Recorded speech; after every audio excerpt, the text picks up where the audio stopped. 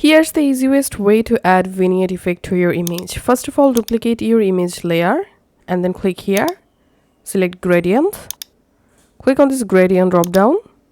Under basics, here you will find this black and white gradient, select it. Now click on style, select radial, and here check reverse option. And now you can change this radial or your gradient scale from here. I'm just selecting 119 and then clicking on OK. Now here we have to add this blending mode.